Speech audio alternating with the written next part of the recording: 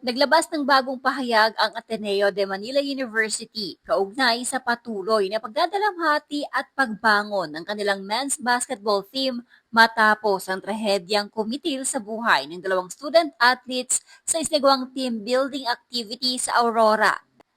Patuloy ang pagbibigay ng suporta ng Ateneo de Manila University sa kanilang men's basketball team kasunod ng malagim na pagpanaw ng dalawang miyembro ng Ateneo Blue Eagles na sina Rene Quert Bobet Baterbonia at Divine Adilay. Matatanda ang opisyal na kinumpirma ng pamantasan na nasawi ang dalawang student athletes matapos malunod sa isinagawang team building activity ng koponan sa bayan ng Dipakulaw, Aurora noong June 8.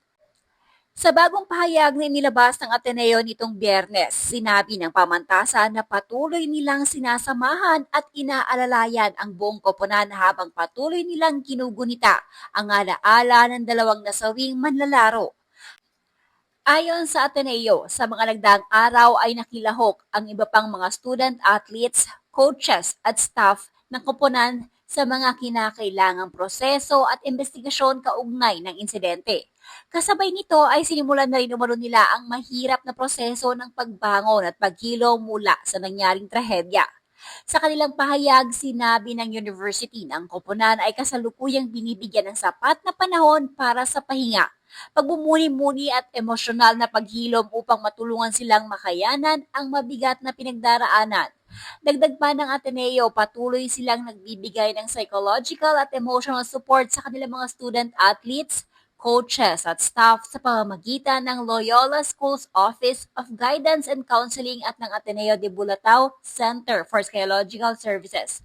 Layunin umano ng mga programang ito na matiyak ang maayos na pagbangon ng bawat miyembro ng kupunan at mabigyan sila ng kinakailangang gabay sa gitna ng kanilang pagdadalamhati. Nagpapasalamat din ang Ateneo sa mga panalangin, pakikiramay at suporta na ipinapakita ng publiko at ng buong komunidad ng paaralan para sa pamilya ni Baterbonia at Adilay. Hiniling din nila ang patuloy na panalangin para sa kupunan, mga coach, staff at higit sa lahat sa mga pamilya ng dalawang nasawing manlalaro habang sama-sama nilang hinaharap ang proseso ng paghilom.